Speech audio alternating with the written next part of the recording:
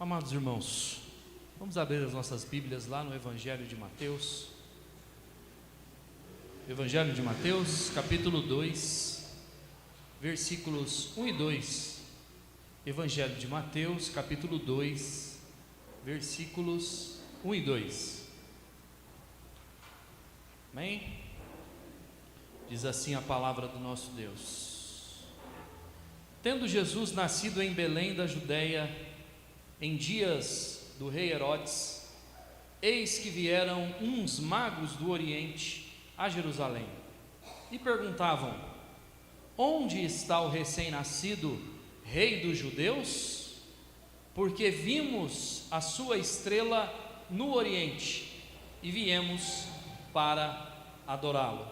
Senhor Jesus, nós somos gratos a Ti por esta manhã maravilhosa. Nós não precisaríamos quase que falar mais nada, porque a Sua palavra já foi proclamada aqui por meio desses hinos maravilhosos. Obrigado pela Tua igreja, obrigado por esses adolescentes, por essas crianças. O Senhor usou esses adolescentes nessa manhã e que o Senhor continue usando esses adolescentes, esses jovens que cantaram no louvor.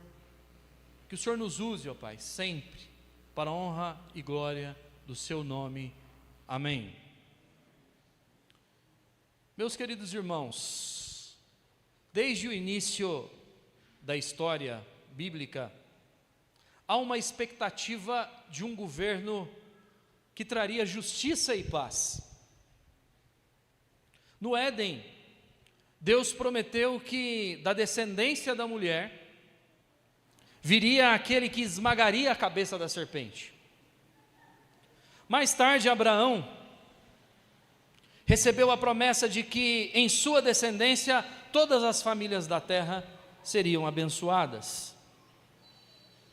Davi ouviu que de sua casa viria um rei cujo seu trono seria estabelecido para sempre. Os profetas, como Isaías, anunciaram que um menino nasceria e o governo estaria sobre os seus ombros, sendo chamado Maravilhoso, Conselheiro, Deus Forte, Pai da Eternidade e Príncipe da Paz. Quando nós chegamos aqui no Evangelho de Mateus, nós vemos que essa expectativa, ela se cumpre. Logo no capítulo 2, uns magos vindo do Oriente perguntavam: onde está o recém-nascido, o rei dos judeus? Essa pergunta, meus irmãos, ela é central para o dia do Natal. Qual é a sua pergunta para o dia do Natal? Será que a sua pergunta tem sido: qual roupa eu irei usar? Será que a sua pergunta tem sido: qual comida eu vou comer? Será que a sua pergunta tem sido: qual bebida eu vou beber?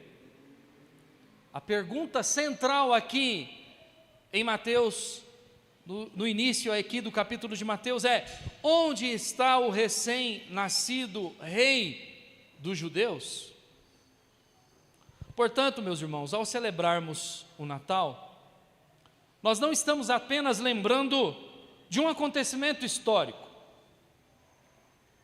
nós não estamos apenas lembrando de um fato que ocorreu há 2000 anos. Na realidade, o principal fato é que Jesus é o Rei que veio para governar sobre nossas vidas e nos trazer a salvação eterna.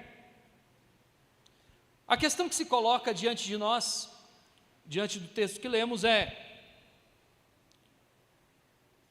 como respondermos a esse rei? Como Herodes? Com rejeição? Como os líderes religiosos da época, com indiferença? Como os perseguidores da igreja na era cristã? Ou como os magos que vieram do Oriente para adorá-lo? Qual é a sua resposta diante de Jesus nessa manhã? O tema da nossa mensagem de hoje é: o rei que perturba os poderes do mundo. o rei que perturba os poderes do mundo. Tendo feito essa introdução, eu queria levantar 4 pontos, melhor dizendo, com os irmãos aqui nessa manhã. O primeiro deles é que Jesus nasceu como um verdadeiro homem. Ele é real, física e espiritualmente. Mateus inicia destacando que Jesus nasceu. Ele não veio como uma aparição ou como um mito, mas ele entrou na história humana pelo nascimento, como todos nós um dia nascemos. Jesus nasceu. Isso lhe confere autoridade para ser o nosso representante diante de Deus, pois ele assumiu plenamente a nossa humanidade. Isso nos faz, irmãos, questionar algumas heresias, como o gnosticismo, por exemplo, que acreditavam que Jesus era apenas uma aparência. Ele era apenas um espírito de homem, uma aparência humana, mas ele não era físico. Lendo 1 João capítulo 1, versículo 1 e 2, nós temos um relato interessante que João diz o seguinte: o que era desde o princípio, o que temos ouvido, o que temos visto com os nossos próprios olhos, o que contemplamos e as nossas mãos apalparam com respeito ao verbo da vida. E a vida se manifestou, e nós a temos visto, e dela damos testemunho, e vô-la anunciamos, a vida eterna, a qual estava com o Pai e nos foi manifestada. Meus irmãos, a influência grega aqui, ela é inevitável. O apóstolo amado de Cristo, aquele que andou com Cristo, aquele que viu a Cristo, aquele que ouviu a Cristo, aquele que tocou em Cristo, ele de certa maneira, logicamente, ele apresenta uma argumentação dizendo: eu tive experiência. É algo até aristotélico, não é, pastor? Que naquela época, o pensamento filosófico acreditava que o conhecimento vem pela experiência, e João está afirmando isso. Jesus não era um espírito, Jesus não era um mito, Jesus é real. Eu o vi, eu o ouvi, eu toquei, Ele transformou a minha vida. É isso que João está dizendo aqui. As evidências históricas da existência de Jesus, elas são sobradas, abundantes. Nós temos, falando de filosofia, nós temos mais evidências da existência do Cristo ressurreto do que de Sócrates, um dos maiores filósofos, ou o maior filósofo que esse mundo já viu. Nós entendemos que Sócrates existiu apenas por relatos de Platão, né, da sua convivência, dos diálogos de Platão e de Sócrates, apenas. Mas nós temos mais evidências históricas, físicas da existência de Cristo. O que precisa ficar claro aqui, meus irmãos, é que nós não dependemos de evidências físicas, nós não dependemos de evidências históricas para crermos em Jesus. A Bíblia diz, lá em Efésios capítulo 2, do versículo 8 ao versículo 10, de que a fé é um dom de Deus. Ou seja, crer que Jesus existiu, que Ele é o Deus encarnado, que Ele veio a este mundo, não é para qualquer um. São para privilegiados. É um presente. É dom de Deus. E mais, a palavra de Deus em Hebreus 11, capítulo 6, diz que de fato, sem fé, é impossível agradar a Deus. Porquanto é importante que aquele que se aproxima de Deus creia que Ele existe e se torna galardoador daqueles que o buscam. É importante que aquele que se aproxima de Deus creia que Ele existe. É isso que importa. Não é a sua curiosidade. É crer em Deus. Nós temos fontes também não cristãs, de historiadores romanos e judeus, que mencionaram a Jesus, falaram sobre Jesus. Flávio Joséfo, por exemplo, um historiador do primeiro século, ele era fariseu, e ele afirma em seus escritos que Jesus foi um homem sábio, que esse homem sábio foi crucificado, e mais, ele foi visto pelos seus discípulos após a ressurreição. Tácito, um governador romano do século II, ele confirma que Cristo foi executado durante o governo de Tibério. Plínio o Jovem, também um governador romano, menciona cristãos, aqueles cristãos que adoravam um Cristo como uma divindade. Ou seja, meus irmãos, esses 3 nomes que citei aqui, nenhum deles teria interesse de confirmar a existência de Jesus, mas eles o fizeram. Por quê? Jesus é real. Jesus não é um espírito. Jesus não é uma ideia. Jesus não é uma filosofia. Jesus é real. E o que dizer da arqueologia, da cultura material, símbolos cristãos primitivos, inscrições, tradições litúrgicas que reforçam que Jesus foi uma figura influente e transformadora do mundo. Fontes do Antigo Testamento, por que não lembrar de Isaías capítulo 7, versículo 14, que fala que a virgem conceberá e dará à luz um filho. Isaías 53, que apresenta o servo sofredor. Miqueias capítulo 5, versículo 2, o Messias que nasceria em Belém. Zacarias capítulo 9, um rei justo que viria montado em um jumentinho. E Salmos 22, esse salmo maravilhoso, reconfortante, até inspirador, quando nós lemos, ele descreve os sofrimentos da crucificação. Davi, aqui como profeta, declarando: transpassaram as minhas mãos e os meus pés. Provas sobradas da existência de Jesus. E as fontes cristãs, o Evangelho, as cartas do Novo Testamento, escritos poucas décadas após a sua morte. Então, meus irmãos, Jesus é real. Mas nunca se esqueçam disso. Nós não precisamos de evidências externas para sabermos disso. É preciso que Deus fale conosco. É preciso que o Espírito Santo de Deus fale aos nossos corações, testifique aos nossos corações. Senão, a história, os achados, a arqueologia, ela cai por terra. Segundo ponto que eu quero meditar com os irmãos é o lugar do nascimento de Jesus. Belém da Judéia, como eu já mencionei aqui, a profecia. Belém era uma pequena vila agrícola, a cidade de Davi, como relata 1 Samuel, capítulo 16.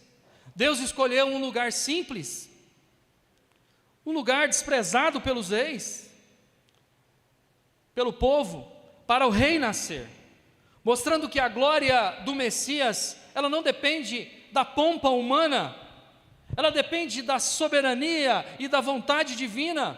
O Rei dos Reis, ele nasce na humildade, para alcançar os humildes. Lugar, este lugar, esta igreja. Quantas vezes nós olhamos para essa igreja, nós olhamos para esse povo, e nós muitas vezes murmuramos, nós reclamamos, nós queríamos uma igreja melhor, nós queríamos retornos, né, pastor? Nós queríamos microfones, nós queríamos ar-condicionado, nós queríamos tapete no chão, nós queríamos instrumentos novos. Isso é bom, meus irmãos, isso não é pecado desejar isso, mas Cristo nasceu em Belém, na simplicidade, na humildade. Como um rei, ele se fez servo. Terceiro ponto, o contexto histórico aqui. O texto de Mateus diz que Jesus nasceu, e ele nasceu nos dias de Herodes. Ele nasceu nos dias de Herodes. O nascimento de Jesus expôs a fragilidade dos reinos humanos, a resistência dos poderosos diante do reino eterno de Deus, enquanto alguns perturbavam, diz o versículo 3, tendo ouvido isso, alarmou-se o rei Herodes e com ele toda Jerusalém. O que ele ouviu? Onde está o recém-nascido, o rei dos judeus? Foi isso que ele ouviu. Isso incomodou a Herodes. Isso incomodou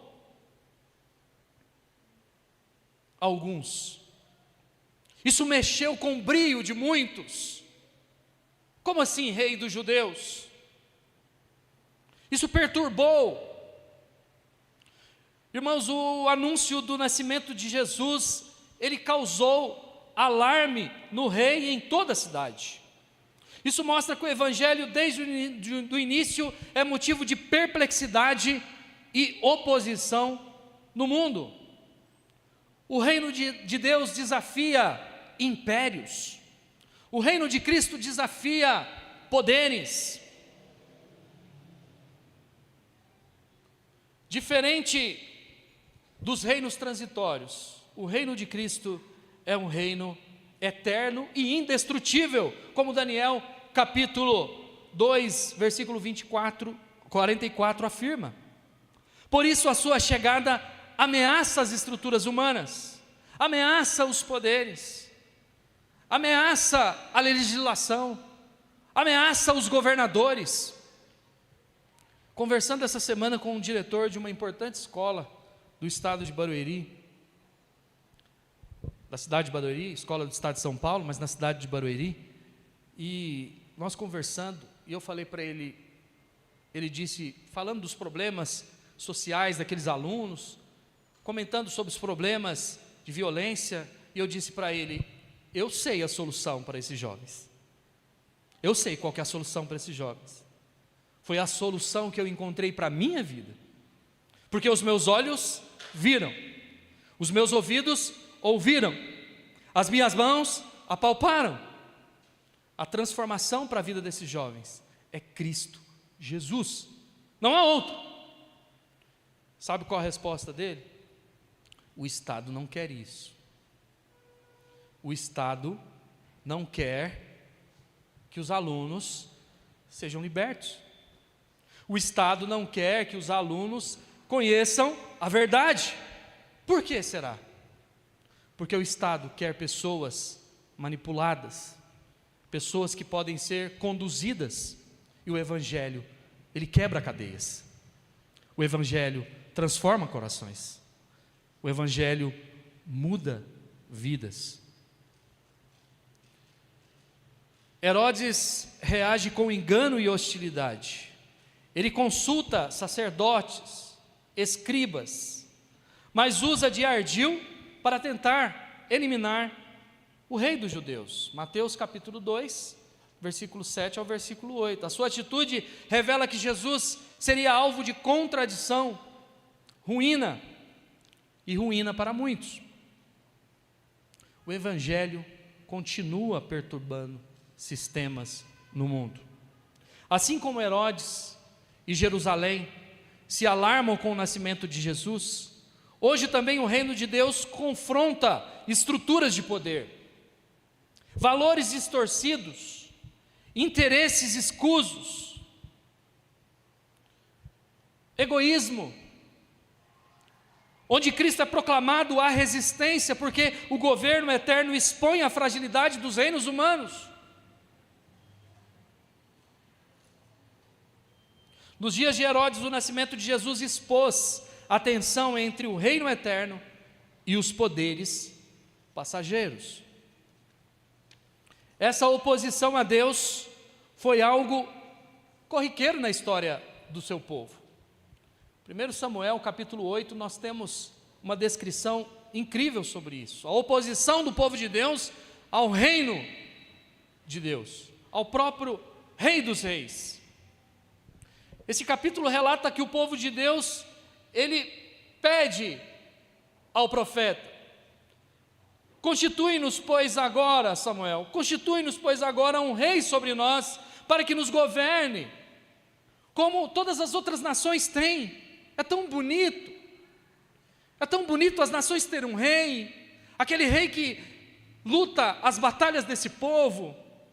Nós queremos um rei como este. E a resposta de Deus a Samuel é a seguinte: atenta à voz do povo em tudo o que eles estão pedindo para você. Faz tudo o que eles estão pedindo. Porém, adverte-os que terá um preço. Essa escolha terá um preço. Esse rei humano que vocês vão escolher, aliás, que eu vou ungir, eles vão tomar os seus filhos, eles vão tomar as suas filhas para ser perfumistas, para serem padeiras, vão tomar os seus filhos, os seus jovens, para trabalhar em trabalhos forçados. É isso que vocês querem? É isso que vocês terão. Meus irmãos, a pior palavra que Deus pode falar para nós, para o ser humano, é: seja feita a sua vontade. Essa é a pior palavra que Deus pode falar para nós, porque o nosso coração é corrupto, o nosso coração é enganoso. E qual foi a resposta do povo diante de Deus? Queremos ser igual às outras nações. Deus foi lá, tudo bem, ungiu Saul, e aquele rei maravilhoso que nós conhecemos a história, né? Nós conhecemos bem a história. O homem sempre se opôs a Deus em suas vidas. Deixar Deus por meio de seu Filho reinar plenamente em nossos corações e mentes, sempre foi um desafio para os homens. Hoje nós somos chamados a não nos afirmar, não nos alarmar e nem resistir, mas nos posicionar, assim como os magos. Onde está o rei dos judeus? Nós viemos para adorá-lo. Eu quero adorar esse rei dos reis. Eu quero adorá-lo. Eu quero glorificar esse Deus. Onde Ele está? Onde Ele está? Onde está o rei dos judeus? E como nós procuramos a Jesus? Como que nós conhecemos a Jesus? Como que nós aplicamos Jesus Cristo em nossas vidas? Por meio da sua palavra. É nela que nós vamos encontrar. Não é na doutrina da predestinação, não é na doutrina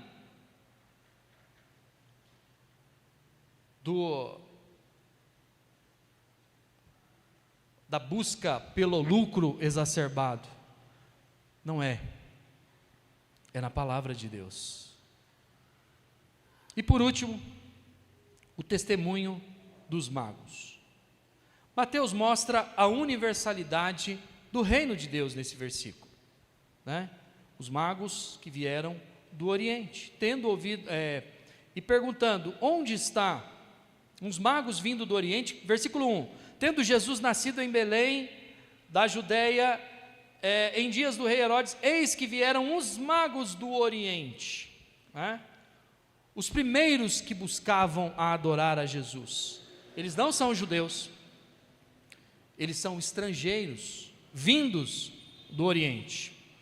Isso revela que desde o nascimento, Cristo é o Rei de todas as nações. Mateus capítulo 28, 18 a 20, diz lá: Jesus, aproximando-se, falou-lhes dizendo: toda a autoridade me foi dada no céu e na terra. Ide, portanto, fazei meus discípulos em todas as nações, batizando-os em nome do Pai, do Filho e do Espírito Santo, ensinando-os a guardar todas as coisas que vos tenho ordenado, e eis que estou convosco até a consumação dos séculos. Jesus é o Rei de todo o mundo. Os magos representam povos distantes. Não sabemos quantos eram. Se eram 3, não sabemos. De onde eles vieram, nós não sabemos. Como eles vieram, não sabemos. Como eles reconheceram que Jesus viria, nós não sabemos. Essa indefinição reforça que Deus chama pessoas de lugares inesperados,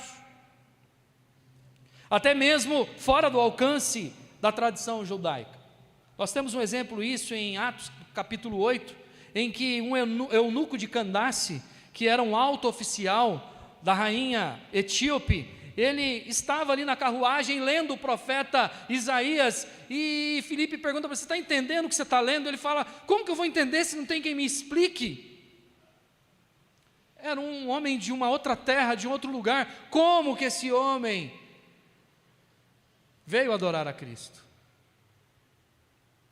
Cristo é rei de todos os povos. Deus usa meios inesperados. Embora a astrologia fosse algo proibido, Ele usou esses meios para que esses magos encontrassem aonde o menino havia de nascer. A estrela aponta a promessa. Alguns estudiosos lembram que Números 24, capítulo 17, fala da estrela que viria de Jacó. Assim, o sinal celeste não é o foco, mas o cumprimento da promessa messiânica. O destino da busca é o rei. Como eles fizeram, como eles chegaram, por que caminho eles percorreram, não importa. O que importa é o destino. É o destino deles. Como vocês vieram aqui nessa manhã, não importa. Se vocês estavam cansados, se vocês estavam oprimidos, se vocês estavam sobrecarregados, se o caminho é longo, se o caminho é árduo, se é um retorno que vocês estão fazendo, não importa. Importa que vocês estão indo para o destino correto. Jesus de Nazaré. E esses magos, eles querem adorar a Jesus. E eles querem adorar a Jesus da maneira como Ele quer. O nosso Deus, Ele procura adoradores assim. Não foi isso que Ele disse para a mulher samaritana? Vejo que tu és mestre da parte de Deus. Algumas pessoas dizem que nós devemos adorar em Jerusalém. Outros dizem que é esse monte. Aonde que nós devemos adorar? O que Jesus responde para aquela mulher? Deus é espírito, e importa que seus adoradores o adorem em espírito e em verdade. Em espírito e em verdade. Não é da maneira como nós queremos, não é da maneira como nós achamos que deve ser. Não é porque o culto não vai ser no dia que me agrada, na hora que me agrada, do jeito que me agrada. O verdadeiro adorador é aquele que adora em espírito e em verdade. Ele se despe das suas próprias vontades, dos seus próprios desejos. Ele aceita a vontade soberana de Deus e ele adora a Deus assim como Deus quer ser adorado. Assim como os magos, muitos hoje vêm de contextos inesperados, de culturas diferentes, de caminhos que não imaginamos. Nós imaginaríamos um dia termos aqui na nossa igreja irmãos vindos de várias denominações. A nossa igreja é uma bênção. Hoje nós temos irmãos que vieram de várias denominações. Isso para nós é uma riqueza muito grande, porque nós aprendemos com esses irmãos. Nós também ensinamos a esses irmãos. Deus não chamou um povo único. Deus não chamou um povo de um jeito só. Ele chamou pessoas com habilidades diferentes, distintas, para servi-lo da maneira como Ele quer. Vocês viram aqui hoje essa cantata, esses adolescentes, as crianças, o grupo de louvor, eu, que também fui da igreja pentecostal, hoje, nasci na presbiteriana, fui para a pentecostal, voltei, e hoje eu sirvo um Deus, como o Deus que eu servia lá. Hoje eu entendo que a igreja presbiteriana é a igreja que mais atende às minhas expectativas, mas o Deus é um só, o evangelho é um só, o céu é um só. Tem um pastor assembleiano, professor lá na escola onde eu trabalho, eu brinco com ele, e a gente fica discutindo teologia, discutindo no bom sentido, e aí eu bato nas costas dele e falo assim: fica tranquilo que no céu todos seremos calvinistas. Aí ele está risado. É brincadeira, gente, é só uma brincadeira, tá bom? É só uma brincadeira. Mas, meus irmãos, é isso. É isso. Como que nós podemos aplicar? O nascimento de Jesus nos ensina que, primeiro, Ele é plenamente humano e pode nos representar diante de Deus. Não foi isso? Ele nasceu verdadeiramente. Falei no início que nós temos provas sobradas da existência de Jesus, apesar que importa que aquele que se aproxima de Deus, creia que Ele existe, se torna galardoador daqueles que o buscam. Não adianta só termos evidências físicas. Nosso coração precisa ser transformado. É preciso que nós sejamos chamados. Ele reina a partir da humildade, não da ostentação. Seu reinado contrasta com os poderes humanos, trazendo paz e justiça. Ele é o rei para todas as nações, inclusive para nós, hoje. E esse rei, ele é rei eterno. Ele é o rei maravilhoso. Ele é o rei que será adorado eternamente pelos séculos dos séculos. Ele é o alfa, ele é o ômega, ele é o início e o fim. Quero convidar o grupo de louvor aqui para frente.